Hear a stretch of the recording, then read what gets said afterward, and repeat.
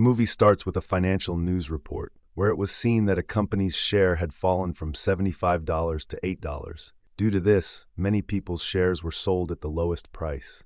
In a press conference, the CEO of Ibis Company, Walt Camby, says that it happened due to a technical glitch in their system. They are doing research on that. Walt's company had formed a technology through which high transactions can be done within seconds. Many brokerage companies were also using their system through which they could easily do stock brokerage.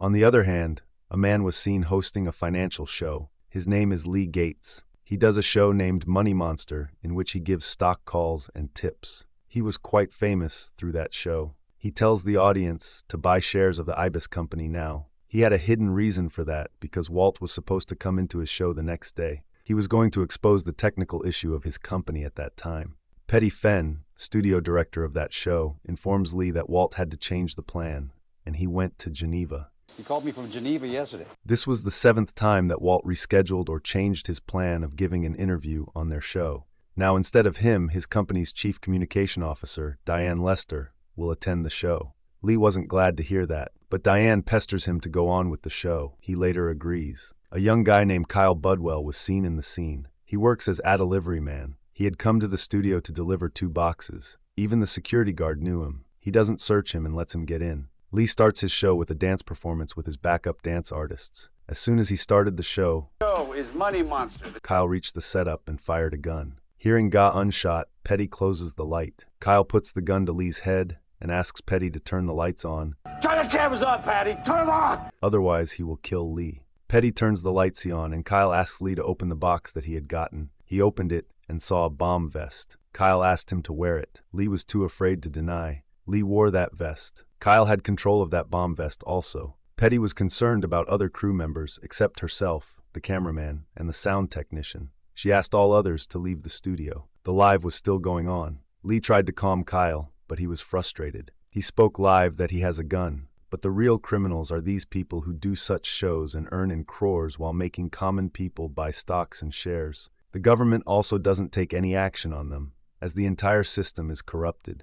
Kyle also liked watching stock shows like Leany. He had bought stocks in the Ibis Company, seeing Lee's view on that company. He had given all his savings, and now those shares are nothing but blank shells. Lee tells Kyle that if this is about the Ibis Company, then it has nothing to do with him. Kyle asks Patty to play last month's tape where Lee did a show on Ibis. Patty plays that. Lee said in that part that no one will lose money in this company's stock. It's a safe one. Lee understands his mistake and promises Kyle to return his $60,000 from his own fund. Use 60 grand in cash here and I can make you whole. But Kyle demands $800 million for all those people who lost their money. Here, Diane was watching the news on TV. They were tense about their company's reputation.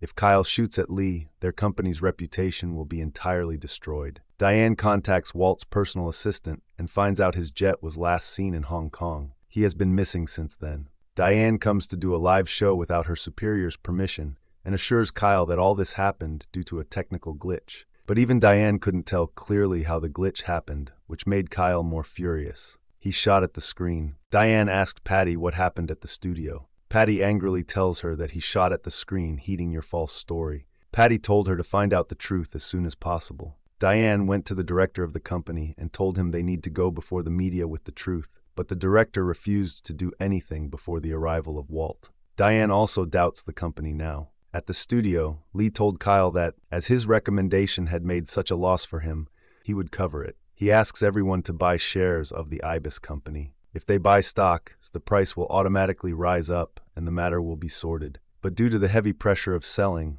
the stock falls. Kyle shows him his worth and tells him that only money is the king in the stock industry. You believe in money? A woman was seen getting into the apartment where Kyle lives. An officer went after her and found that she was his girlfriend, who was also pregnant. Lee and Kyle get entangled in a conversation where they talk about their life. Lee tries to calm Kyle down by making him realize he has a family to take care of. But Kyle was frustrated, and his $14 per hour job couldn't assure his child's future. Patty asks Kyle to stand by. She tells Lee that they are going to put his girlfriend, Molly, on screen, and Lee needs to keep his mouth shut. People talk. Molly contacted Kyle through the screen, and instead of calming him down, she cursed him and made him feel more down.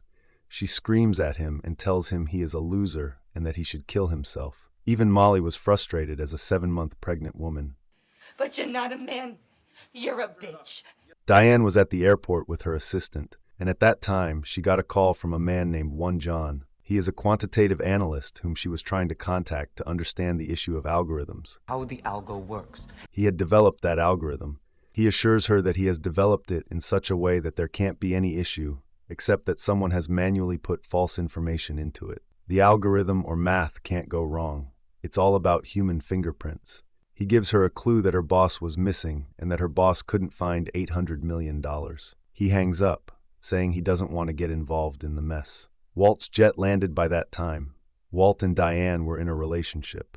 Diane took his bag and sneakily checked his passport. He went to Africa instead of Geneva. Diane is also doubtful about him now. Her assistant Amy also watches that. That's cold. In the studio, Kyle throws his mug on the screen. His mind was still full of Molly's words. Officers were moving on with their plan. They had covered the entire studio. Walt was telling Diane that they needed to get clean about the matter. Diane called Patty and told her they are about 20 minutes away for Federal Hall. She informs Patty through a message that Walt was in Africa. Patty asks her coworkers how they can find out Walt's information. They remembered 2 hackers who used to work for her. She calls them and asks them to find out all the information about Walt. In the meantime, officers were planning to shoot at the jacket. There was an 80% chance of hitting the receiver. Patty's assistant heard that and informed her about the officers' planning. Patty informs Lee about that. As the officer gets ready to shoot, Lee jumps on the other side and holds the activator in Kyle's hand. He informs Kyle that they found the location of Walt, who is coming here. If he wants the answers, he needs to cooperate. Lee, Kyle, and the cameraman move from that place and get into the elevator. They get off the elevator. Taking a van, they went to the location of Walt. Officers were behind them. Diane was with Walt, and he was hiding something in his phone. She talked with Patty, and she let her know that they need to work together to get over it. Patty contacts Ron, the producer of the show. Ron was finding out the inside information about the algorithm of the Ibis company. He tells her that their transactions are concealed, so he couldn't get that, but he found their algorithm dropped by 90% on that day. Patty asked Ron to run half a mile in 3 minutes to catch up with her. Lee uses Kyle to cover his vest, and they are covered by officers from all sides. Kyle told Lee that the bomb wasn't real. He just wanted to grab some attention from him through that. Patty calls Diane to know why Ibis's 90% of the shares dropped. Diane understood it was impossible without the owner. Walt must have taken that money. Patty wanted to know if he had taken it where he had kept it. Diane had his phone. She went through it and found all the emails deleted. She found some text messages mentioning Mambo. Patty's men searched for it, and within that time, Ron was sent to Lee to give earbuds. But due to the pressure of the public and all noises, Kyle became afraid, and he shot at Ron when he was passing those earbuds to Lee.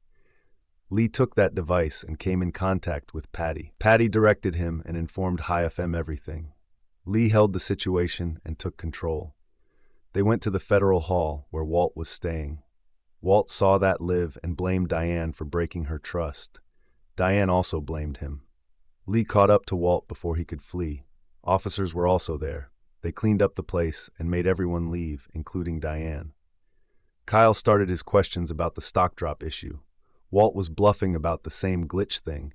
Patty got all the video information about Walt through those hackers. Lee started his interview. Walt wasn't telling the truth, so they played all the videos of Africa. He bought 2-day strikes in Africa. He was the one playing with money. He took that $800 million and invested it in other places. When he denied knowing about the South African strike and Mambo, Patty played the video where he was arguing with Mambo. Walt was still firm on his point. Kyle told Lee to take off the vest and made Walt wear that.